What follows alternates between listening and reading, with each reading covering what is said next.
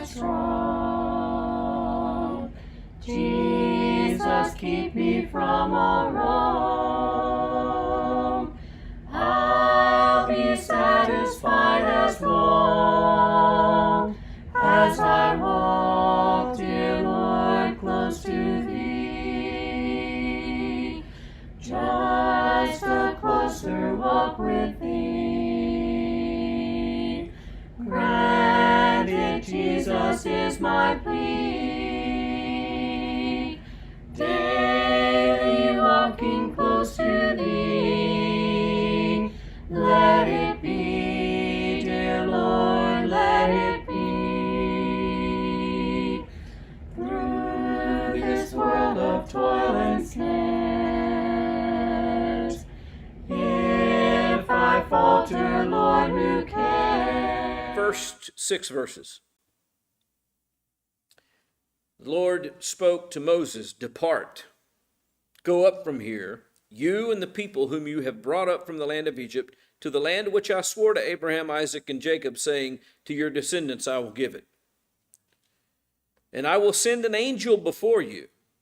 I will drive out the Canaanite and the Amorite and the Hittite and the Perizzite and the Havite and the Jebusite.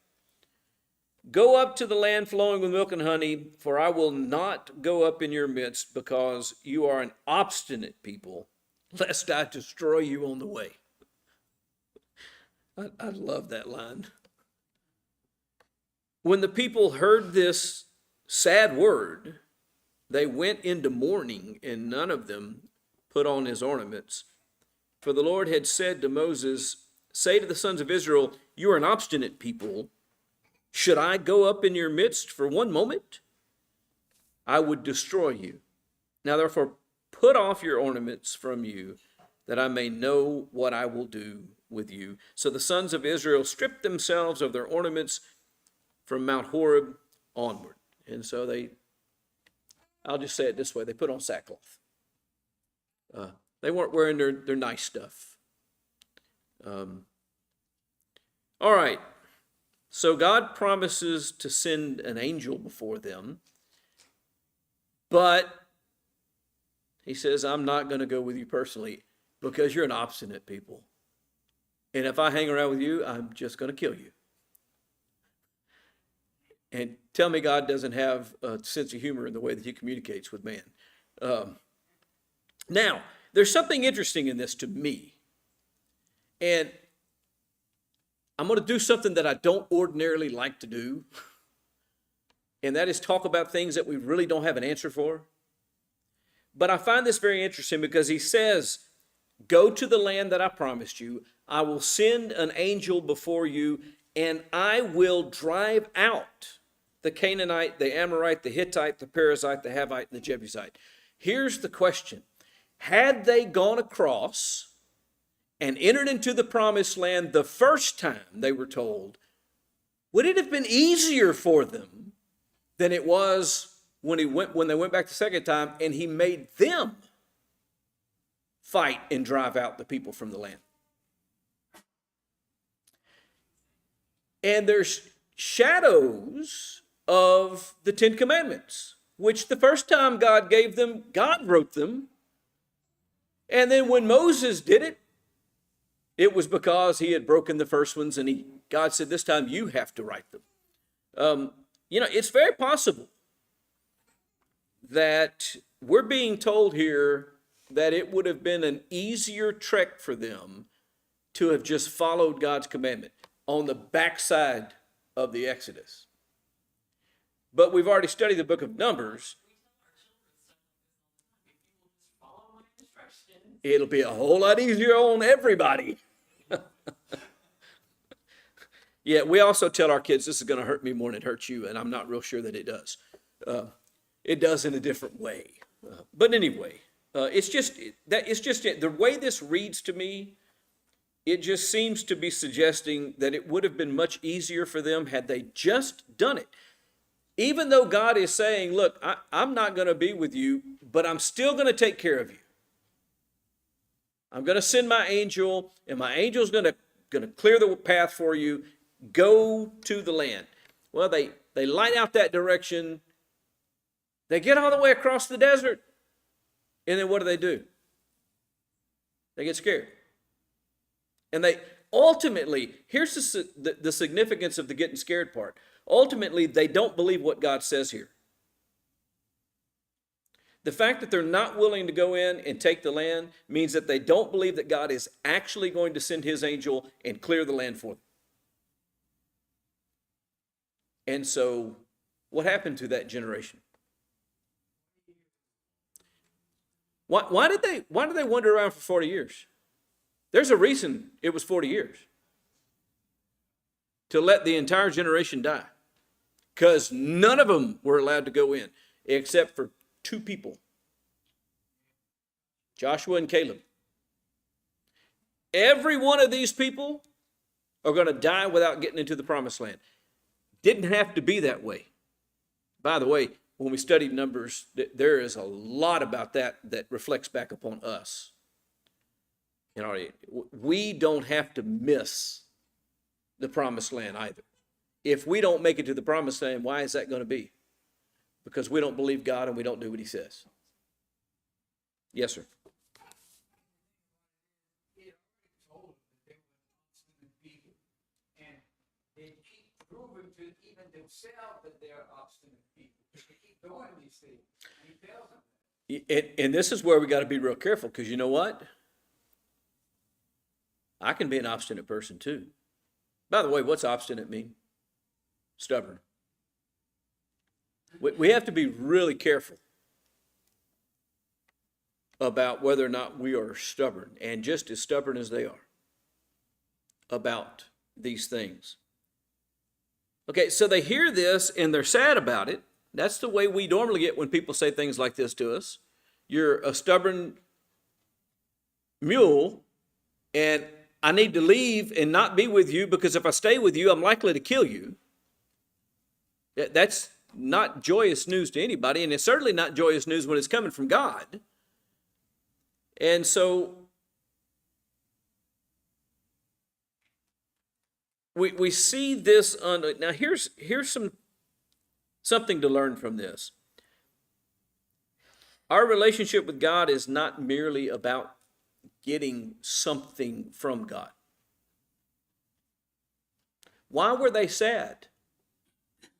Not because they weren't getting the promises, because the beginning of this says what? You go across there and you enter the land that I promised. He doesn't tell them that he's not going to give them what he promised. The only thing they don't have is what? His presence. Relationship with God is about his presence as much as it is about the things that we gain from him. Being in fellowship with him. Having an actual relationship. If we don't understand that, then we're in trouble. It's more than working for heaven. That's the way a lot of people think about it. But it's about living in such a way that God can be with you. Because that's what he says. He doesn't say, I don't want to be with you. He's been with them all this time. He says, I can't be with you anymore because you are an obstinate people. And so living in a way that we continue to maintain our fellowship with God. And that's why it doesn't matter whether or not someone sees something or whether or not we get in trouble for what we've done. It can be completely secret from everybody on the earth, but it still removes us from our fellowship with God.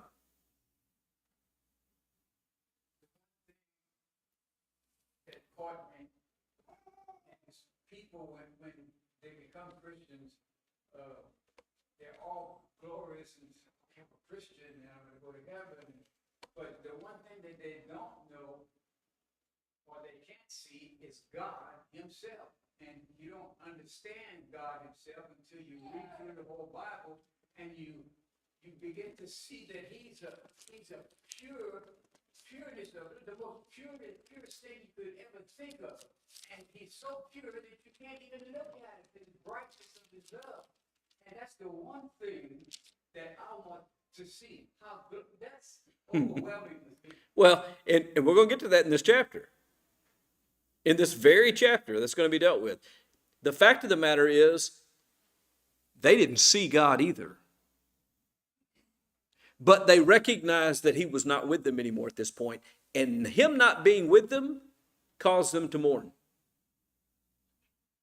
And here's the question. When I break my fellowship with God, and he can no longer be with me, does it cause me to mourn? If it doesn't, I'm even more obstinate than these people. Listen, I know some folks who have walked away from God, who are not in fellowship with God any longer, and they are not mourning at all. That's a terrifying thing. Because these people end up dying without receiving the promise. All they got to do is repent. Listen, you go back to Genesis chapter 4. It's the same thing. We've got a sacrifice from Cain and Abel. One sacrifice is acceptable, the other is not. One brother has fellowship with God, the other does not. His countenance falls, and God says, look, all you need to do is repent. And I'm right there with you. But does he do it? No, somehow he thinks killing his brother is going to make him better. It didn't make things better, it made things worse. Our solutions do not work. Same thing that's being taught here. Moses, at the end of chapter 32, says, I'll try to make atonement. God says you can't make atonement. Our solutions don't work. The only solution that works is God's. And I tell you how bad it was. Look at the next block, starting in verse 7 and reading through verse 11. Moses used to take the tent and pitch it outside the camp. What tent is that?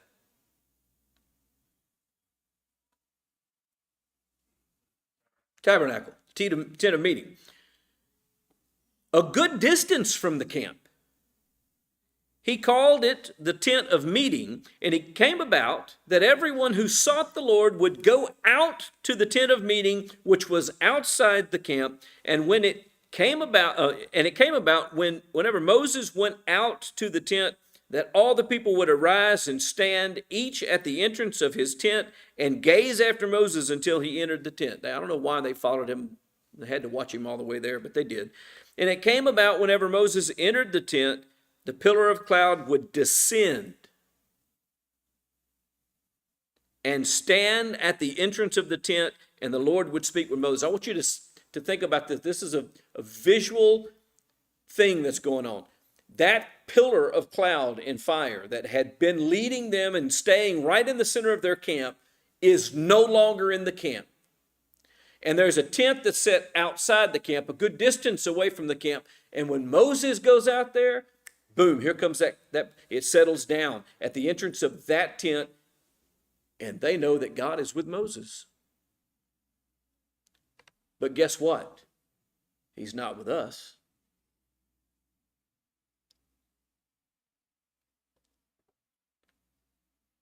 When all the people saw the pillar of cloud standing at the entrance of the tent, all the people would arise and worship, each at the entrance of his tent.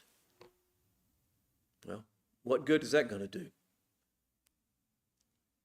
Can you worship God that you don't have fellowship with, who won't have anything to do with you? Thus the Lord used to speak to Moses face to face, just as a man speaks to his friend. That's the kind of fellowship we're talking about. Now, again, understand this is accommodative language.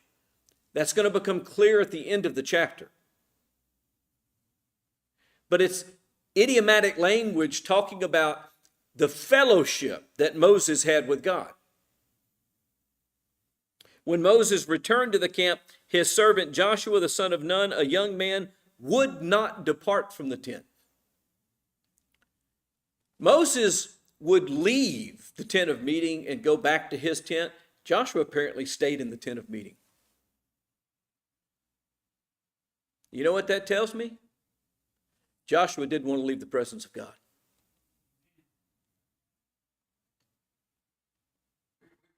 Let that be confusing to us. He spoke to Moses face to face. He spoke with him. He didn't see him. He did not see God's face.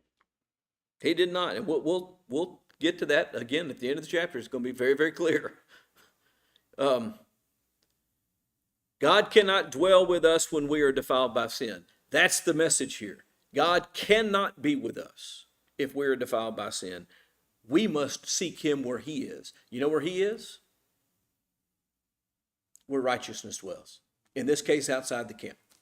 Now, later on in the story, the atonement sacrifice was offered outside the camp, and eventually Christ was offered outside the camp. Atonement was outside the camp. And so there's a little bit of foundation building here to that part of the story, but there's not a direct connection. But man, I tell you, verse 11, that phrase that Moses spoke with God as a man speaks to his friend.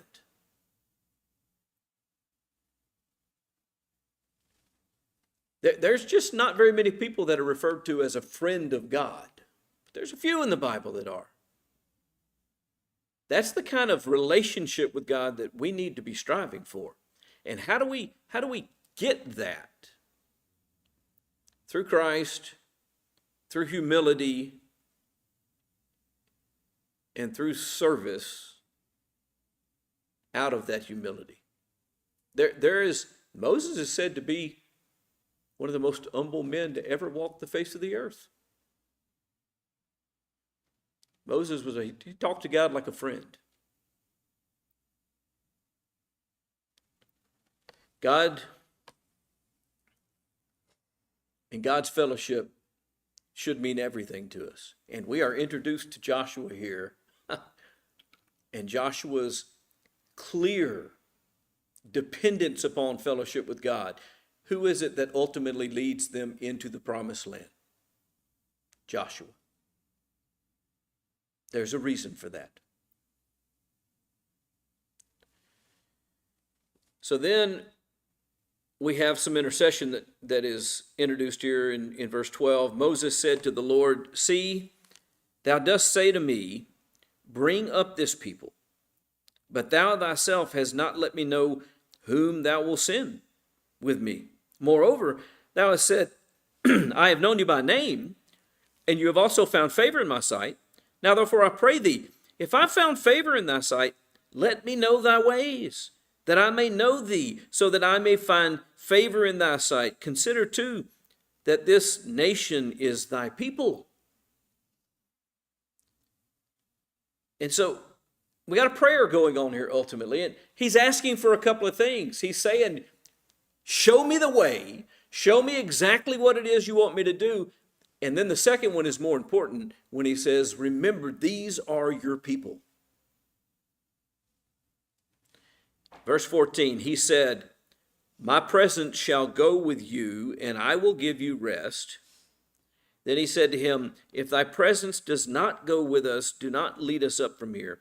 For how then can it be known that I have found favor in thy sight, I and thy good people? This is how good Moses' relationship with God. Do you hear what Moses is saying to God? If you're not going to come with us, then don't send us. That's a pretty bold thing.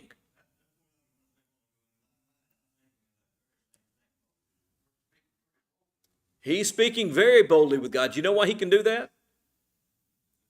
Because they're friends.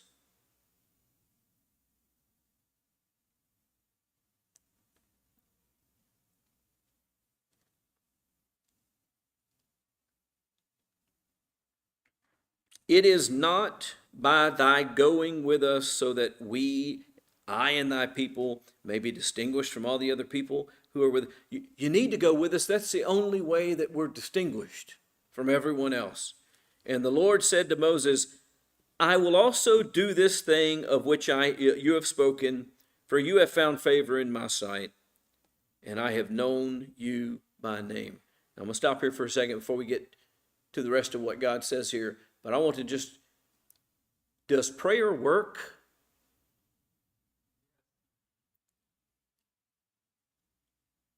For the friends of God, absolutely. God says, I will do this thing that you have spoken, for you have found favor in my sight. Now, the book of James, we get another example. Who's that? Anybody remember? Elijah. That asked God to do things, and God did them. Moses said, I pray thee, show me thy glory. Well, let me stop. I'm going to stop there.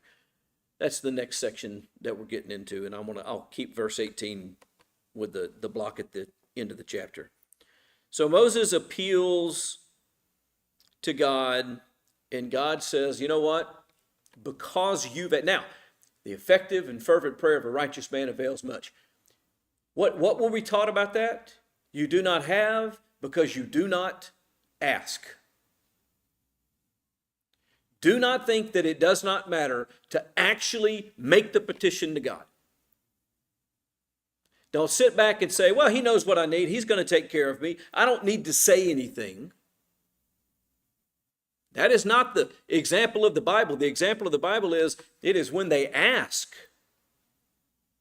that his arm is moved. Yes. Even during the time that you become closer friend with God, I have found that he will answer your prayer before you even ask the prayer. Because it happened to me. I'm thinking about that. I haven't even thought about it, and all of a sudden, there it is.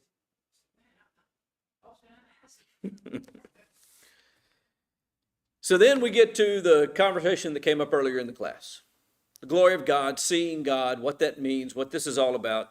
Listen to this. Moses says, I pray thee. Now, Moses has just offered a prayer, and God has said, I'll give you what you ask. So Moses says, well, okay, let me ask for this then.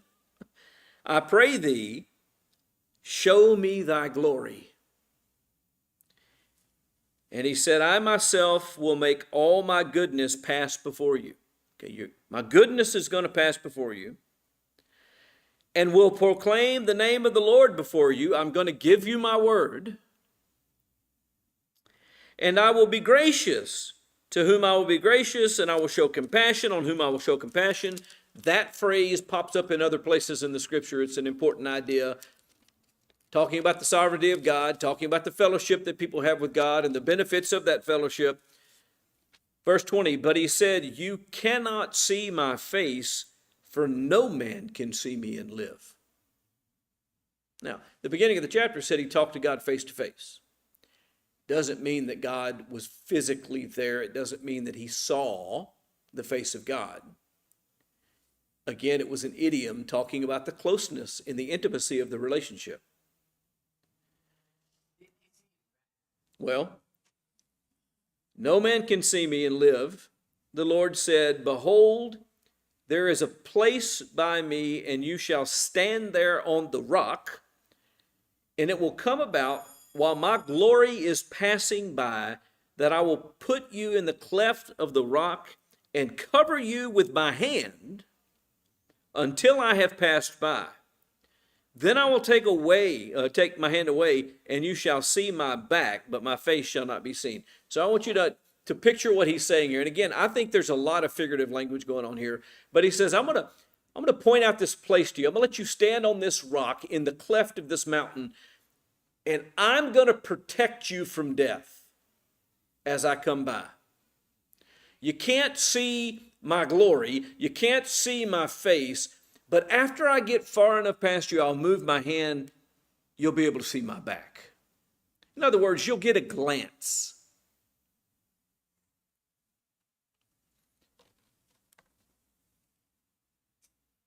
God says, I'm going to give you my goodness. I'm going to proclaim my name. But right now, all you can do is get an inkling of an idea about just how glorious I am. We are not in a position to fully understand God. All we have to work on is what he reveals to us through his word. But there's a passage in the New Testament that talks about that we will one day see him face to face. And that we will one day be like him. What a glorious day that will be. God's protection is talked about here, protecting Moses from seeing his face, allowing him to see a glimpse of his back. But I want you to still see, you understand something. God can't give Moses everything that he asked for, but he gives Moses everything that he can. You see, if Moses got what he asked for, Moses couldn't live. That's what he says here. You cannot see my face, for no man can see me and live. But he's not done with Moses. It's not time for Moses to no longer live. And so he says, I can't let you do that, but I'm going to protect you as I come by. I'm going to come by close, and I'm going to protect you as I come by, and I'm going to let you get a glimpse of me as I pass. He's going to give him as much as he can, while still protecting and keeping Moses. There's a picture of God for you. God can't give us everything we ask for, but he can give us everything that he can give us, and he will. Not everything we ask for is good for us, which is why Jesus teaches us, not my will, but thy will be done. That ought to be how we offer our prayers to God. God's full glory is way too much for us to grasp in this life. But he reveals what we can bear. And I'm going to wrap up because I'm out of time. I'm in the last couple of minutes. Turn with me to Hebrews, a great companion book to the one we are studying. The very first chapter of Hebrews.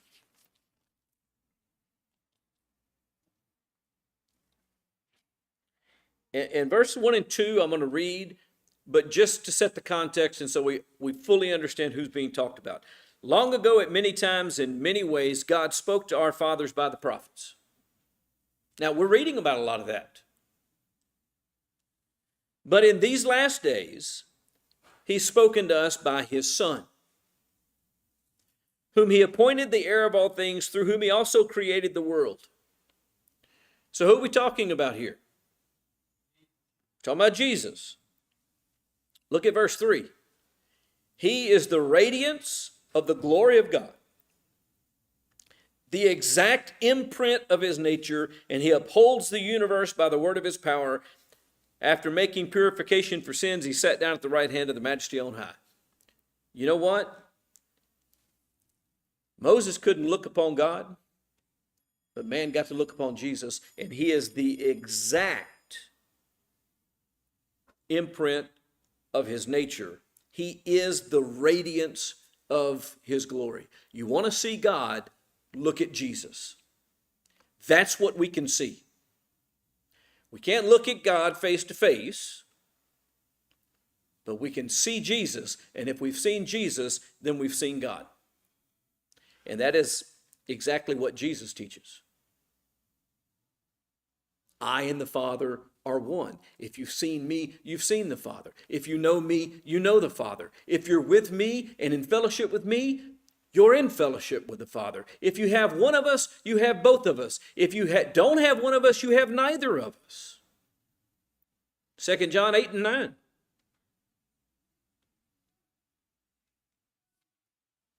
This is all about Jesus and understanding all those things. Appreciate everybody's comments and participation tonight. Lord willing, next time we'll be in chapter 34.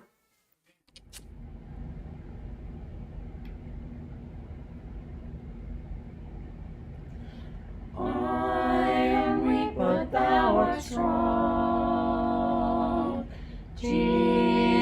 keep me from all wrong.